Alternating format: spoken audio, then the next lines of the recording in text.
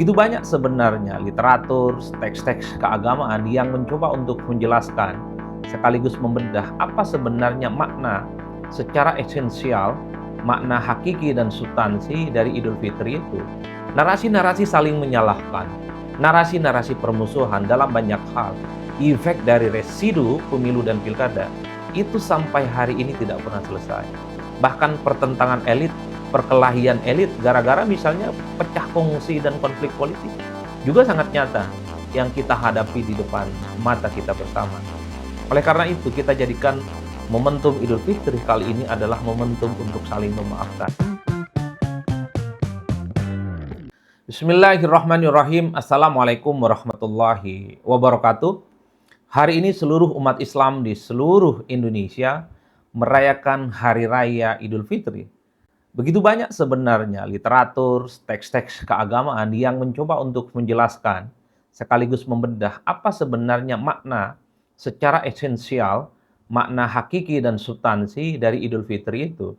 Dari sekian banyak literatur yang saya baca, saya coba untuk simpulkan hanya menjadi dua hal sekaligus. Pertama, Idul Fitri itu dimaknai sebagai sebuah selebrasi, semacam perayaan karena umat Islam selama 1 bulan lamanya mampu melawan kehendak-kehendak hawa nafsu yang itu sebenarnya adalah ujian yang diberikan kepada Allah sepanjang 1 bulan supaya kita itu bukan hanya menahan lapar dan dahaga, tapi sifat-sifat yang kemudian dilarang. Seperti misalnya kita tidak boleh berbuat jahat kepada orang lain, tidak boleh berkata bohong, tidak boleh kemudian kita berbuat dolim, tidak boleh gibah dan seterusnya dan seterusnya. Oleh karena itu tidak mengherankan sebenarnya Ramadan itu seringkali disebut sebagai universitas kehidupan yang disingkat dalam 1 bulan. Tidak mengherankan kalau kemudian bagi siapapun umat Islam yang bertakwa ketika mampu melewati 1 bulan ini, endingnya adalah merayakan kemenangan ini. Jadi dalam banyak hal, Idul Fitri itu dianggap sebagai sebuah perayaan kemenangan karena mampu menaklukkan hawa nafsu sepanjang 1 bulan lamanya. Yang kedua, secara prinsip, Idul Fitri itu memang seringkali dimaknai sebagai upaya untuk kembali ke fitrah, kembali kepada jalan yang suci, kembali kepada hal-hal yang sifat esensial, bagaimana manusia itu kembali kepada fitrahnya sebagai manusia yang suci. Manusia yang suci itu adalah manusia yang kemudian mengakui kehilafannya dan tentu saja memiliki kelapangan dada untuk memberikan maaf kepada yang lain. Jadi tidak mengherankan kalau kemudian di Hari Raya Idul Fitri itu kita semua umat Islam dianjurkan untuk saling memaafkan satu sama yang lain. Mungkin sepanjang hidup kita, kita itu dolim kepada orang lain, maka kita dianjurkan untuk meminta maaf kepada pihak-pihak yang lain. Begitupun sebaliknya, mungkin begitu banyak saudara, teman, sahabat, mungkin juga orang tua yang salah kepada kita. Kita juga dianjurkan untuk membukakan pintu maaf yang seluas-luasnya. Maka tidak mengherankan kalau dalam momen Idul Fitri, momen yang paling nyata itu adalah momen saling bermaaf-maafan.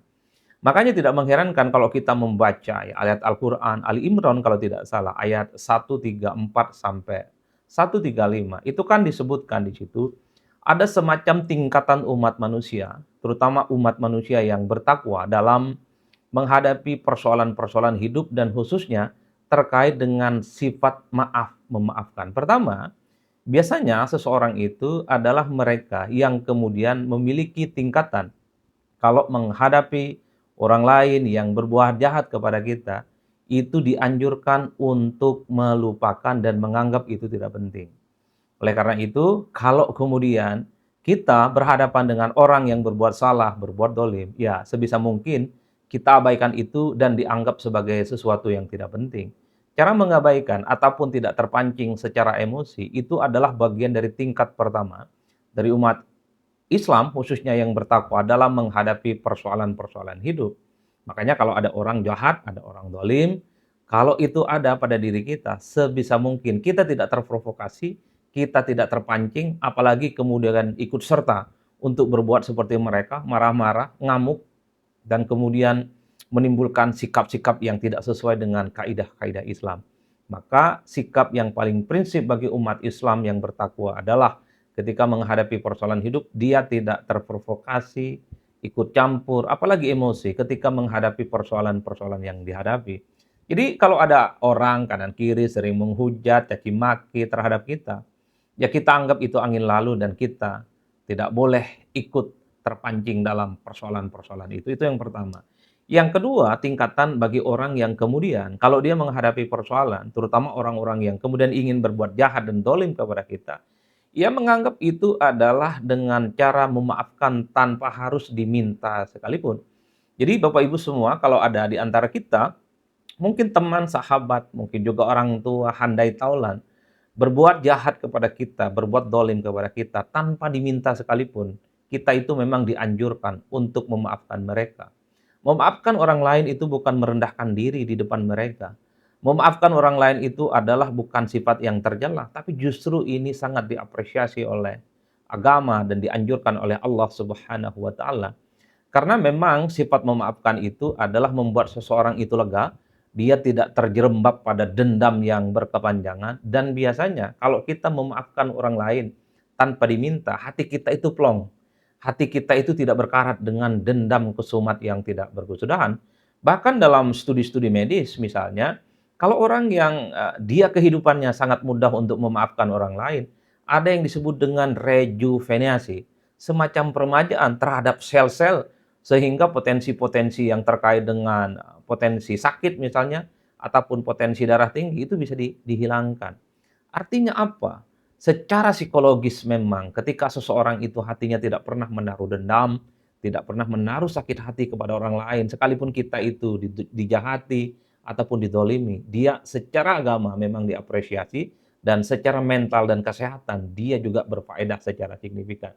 Tapi yang ketiga, menurut ayat Al-Quran, orang yang beriman dan bertakwa secara prinsip adalah bukan hanya mereka yang kemudian tidak terpancing dan tidak terprovokasi untuk nyerang balik kepada pihak yang berbuat jahat, bukan hanya mereka yang kemudian harus memaafkan, tapi secara prinsip harus berbuat baik ke mereka. Al-Quran menganjurkan kalau ada orang lain berbuat jahat kepada kita, sebisa mungkin kita itu harus berbuat baik kepada mereka. Inilah ajaran-ajaran dan tingkatan-tingkatan yang saya kira diajarkan oleh Allah melalui Al-Quran, di mana seseorang itu memang diuji dalam hidupnya, terutama dalam momen Ramadan dan Idul Fitri. Dalam konteks itulah kemudian kita semua ini pada 3 level ini berada di mana? Apakah kalau kita menghadapi orang yang jahat, orang dolim, orang-orang yang mungkin dianggap bising dan berisik kepada kita, apakah pada level pertama tidak terprovokasi dan tidak terpancing untuk melakukan hal yang sama dan berbuat jahat misalnya? Apakah level kita itu memaafkan tanpa diminta? Ataukah yang ketiga? Kalau level ketiga saya kira ini luar biasa. Kalau ada orang berbuat jahat, orang kemudian berbuat dolim, tapi kita bukan hanya memaafkan mereka, tidak terpancing untuk melakukan yang sama, tapi berbuat baik ke mereka. Oleh karena itu, kalau kita mau serius ya sebenarnya, bahwa nilai-nilai intrinsik sepanjang bulan Ramadan ini yang dianggap sebagai puasa yang sukses setelah Ramadan berakhir, setelah pelaksanaan Idul Fitri, maka secara prinsip nilai-nilai keagamaan ini terus dirawat. Artinya apa? Kesolehan kita dalam beragama, kemantapan kita dalam beriman bukan hanya dalam sebulan, tapi yang dianggap puasanya sukses itu adalah mereka setelah tak lagi ada Ramadan, setelah tak lagi ada Idul Fitri, maka nilai-nilai Ramadan itu akan dibawa sepanjang dalam hidupnya. Berbuat baik kepada orang lain, khususnya kepada mereka yang berbuat jahat, bagi saya adalah prinsip yang cukup mendasar.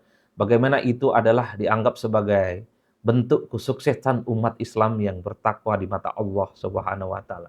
Bisakah kita seperti ajaran-ajaran Al-Quran? Bisakah kita seperti ajaran-ajaran Islam di mana kita itu tidak pernah berbuat jahat kepada mereka, sekalipun mereka itu sudah jahat dan sudah dolim ke mereka? Sudahkah kita merangkul dan kemudian juga bersikap baik kepada mereka yang selama ini kerjaannya itu membuli dan nyinyir kepada kita? Di tengah demokrasi kita yang cukup berkembang, di tengah politik kita yang serba gaduh, mungkin kita seringkali jengkel, dongkol, amarah kepada pihak-pihak yang lain. Mungkin di grup-grup WA itu kita sering ribut dengan teman, dengan sahabat, hanya gara-gara beda pilihan politik. Politik 2024, politik 2019, 2014, Pilkada Jakarta yang dinilai brutal, dan seterusnya, dan seterusnya. Narasi-narasi saling menyalahkan, narasi-narasi permusuhan dalam banyak hal, efek dari residu pemilu dan pilkada itu sampai hari ini tidak pernah selesai. Bahkan pertentangan elit, perkelahian elit gara-gara misalnya pecah kongsi dan konflik politik juga sangat nyata yang kita hadapi di depan mata kita bersama. Oleh karena itu, kita jadikan momentum Idul Fitri kali ini adalah momentum untuk saling memaafkan. Jadi, sekeras apapun dosa mereka, sehebat apapun salah mereka terhadap diri kita, maka wajib hukumnya untuk membukakan pintu selebar-lebarnya. Dan yang paling penting, Al-Quran menganjurkan untuk berbuat baik kepada mereka yang sudah berbuat jahat kepada kita.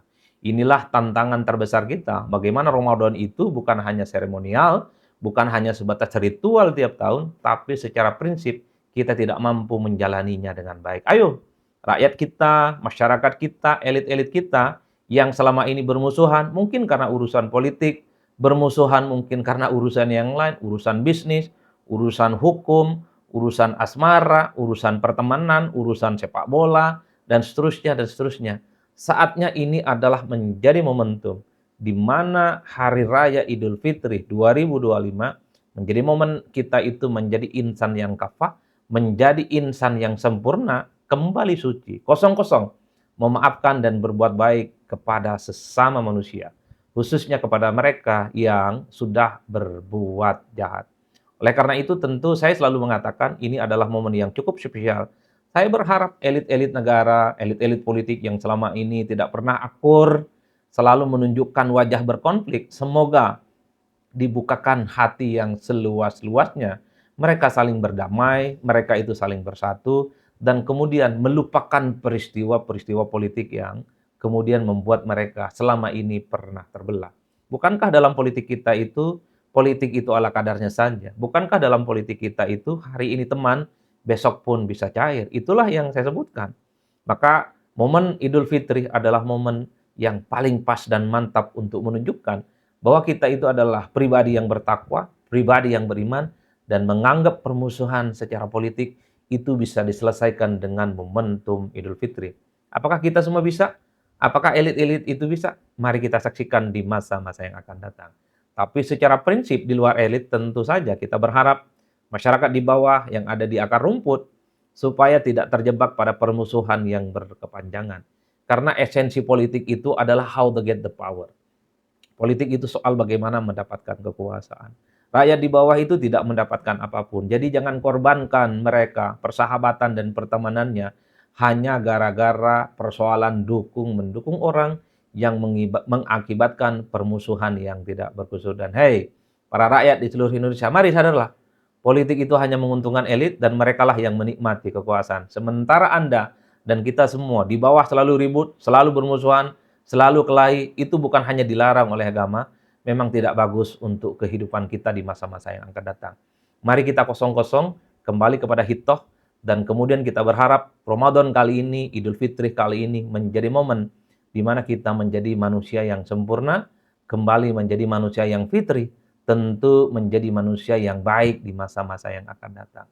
Salam politik Caiun pastinya mantap semantap-mantapnya.